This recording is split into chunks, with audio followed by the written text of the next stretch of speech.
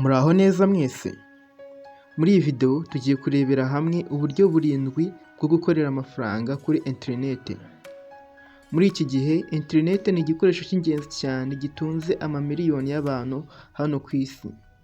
Bamwe bakoresha interineti binjiza amafaranga yunganira akazi kabo, naho abandi niho bakura amafaranga yose bakoresha mu buzima busanzwe kandi irabatunze. Niba rero utajya ukoresha interineti mu buryo bwo kukwinjiriza amafaranga urimo gucikanwa.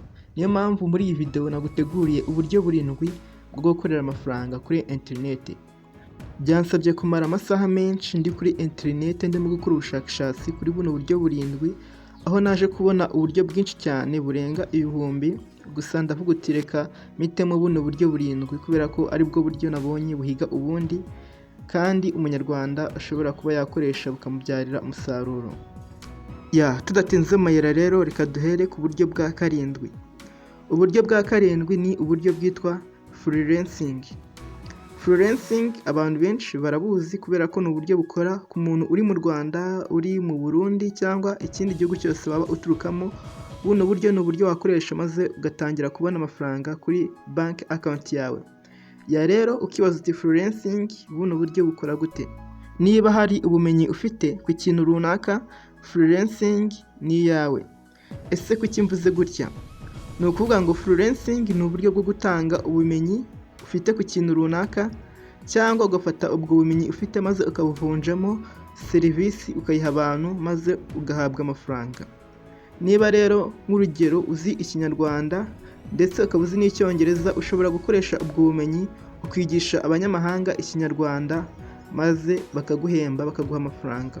Cyangwa wenda ukaba uzi kwandika ugafasha kampani runaka mu kwandika document zabo maze bakaguhemba. Ikindi kandi uramutse ufite ubumenyi nko muri programming, uzi gukora ama platforms, gukora website na application, naho ushobora kujyaho ukabona abakiriya bashaka ibyo bintu ukabibahereza maze bakaguhemba. Ushobora gukoresha imbuga nka Fiverr, Upwork cyangwa freelancing.com ugasangaho abakiriya maze ukabaha serivisi bakeneye bakaguhemba. Ukoresheje uburyo bwa freelancing ushobora gukorera amafaranga menshi cyane uko ubyifuza, ndetse ukaba wabusimbuza akazi kawe gasanzwe, kuko ushobora gusanga amafaranga ukorera ahangaha ariyo menshi cyane kurenza ayo usanzwe ukorera mu buzima busanzwe. Niba ufite smartphone yawe rero cyangwa laptop, fata ikaramu wandike buno buryo ubukoreho ubushakashatsi maze utangire nonaha ukorere amafaranga ukoresheje buno buryo. Rero reka tujye ku bundi buryo bwa gatandatu. Uburyo bwa gatandatu ni uburyo bwitwa website blogging and e-commerce. Website blogging ni iki cyangwa e-commerce ni iki? Ubu ngubu rero ni uburyo bwo gukorera amafaranga kuri interineti bukorwa n'abantu benshi cyane, ndetse ni uburyo bukorwa n'abantu benshi, amamiliyoni y'abantu. Ni ukuvuga ngo niba wenda warigeze ujya kuri Google ugafata telefone yawe cyangwa se computer yawe ukajya kuri Google ugasacinga ikintu runaka, uhita ubona ko Google ubwayo iguha amakuru menshi, gusa ayo makuru ukayasanga kuri website. Rero ayo makuru ubona ni ukuvuga uti ubona post cyangwa blog y'abantu banditse, ukagenda usoma bitewe n'amakuru ushaka.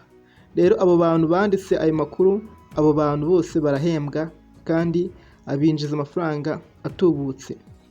Ibyo rero nibyo bita website blogging, kwandika inkuru cyangwa ikiganiro cyangwa amakuru runaka kuri Google, ugakora website ukandikaho amakuru, ugatanga ubumenyi runaka ku kintu maze ugahabwa amafaranga biciye muri Google AdSense.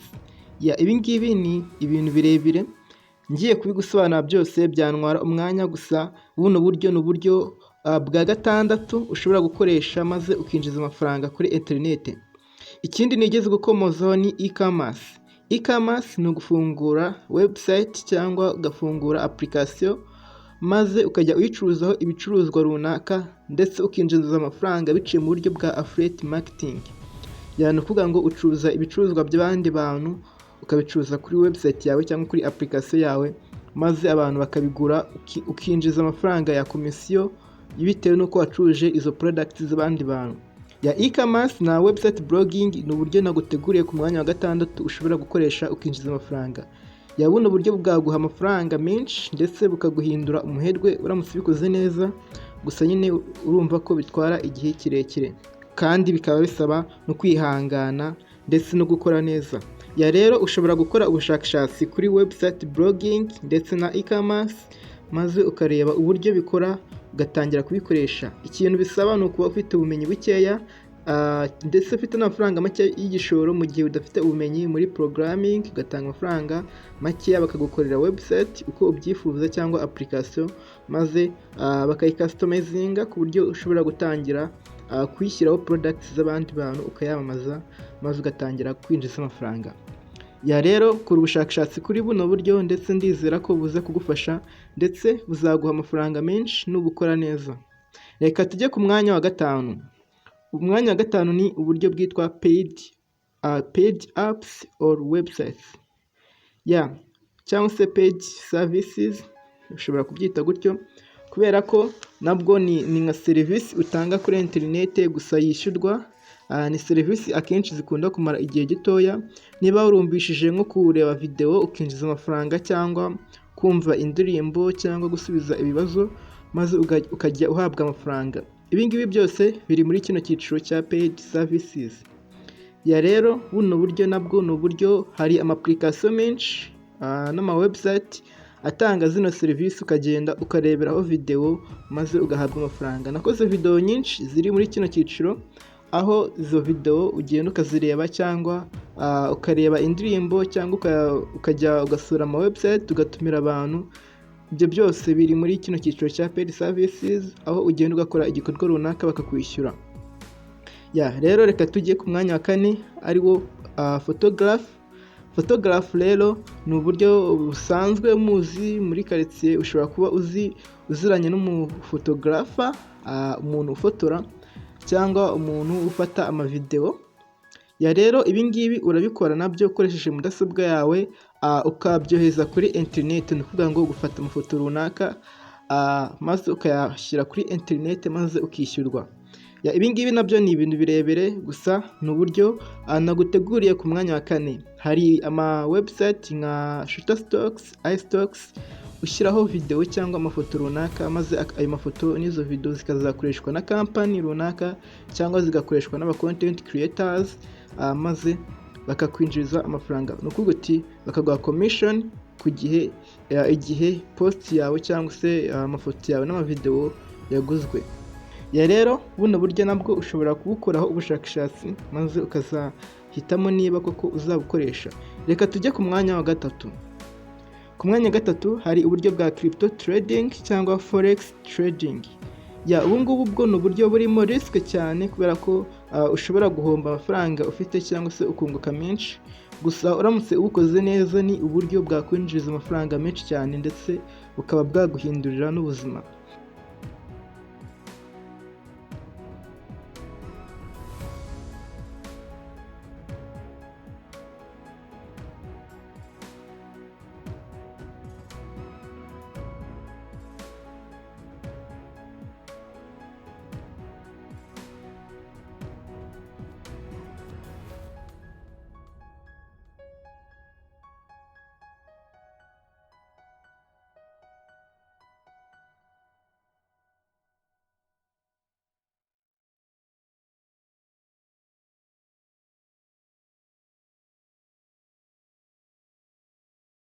Forex trading cyangwa crypto trading bwose ni uburyo bwo gucururiza kuri internet ucuruza amafaranga.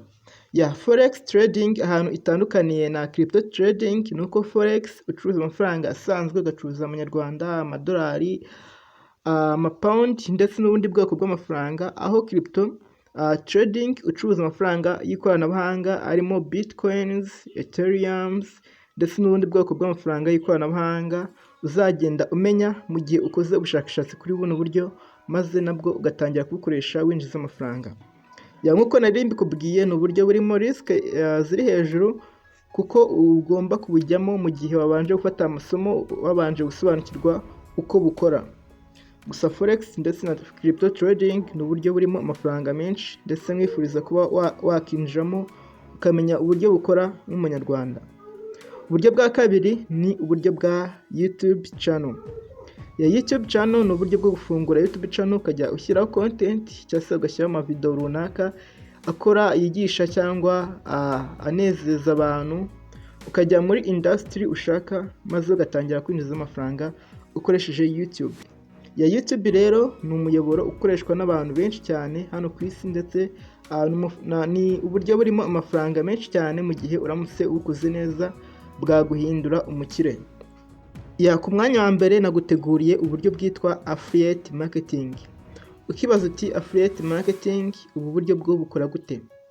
Ya no kuvuga ngo affiliate marketing ni uburyo winjizamo amafaranga avuye muri komisiyo, ukamamaza ibicuruzwa runaka maze ugahabwa komisiyo bitewe n'abantu bagiye bagura, rero nibwo ugenerwa amafaranga nawe uza guhabwa. Ahangaha rero wamamaza ibicuruzwa bitandukanye ukabyamaza ku mbuga nka Facebook, WhatsApp, YouTube, websites ndetse n'izindi mbuga ushobora kwamamaza ibicuruzwa by'abandi bantu maze ugahabwa amafaranga.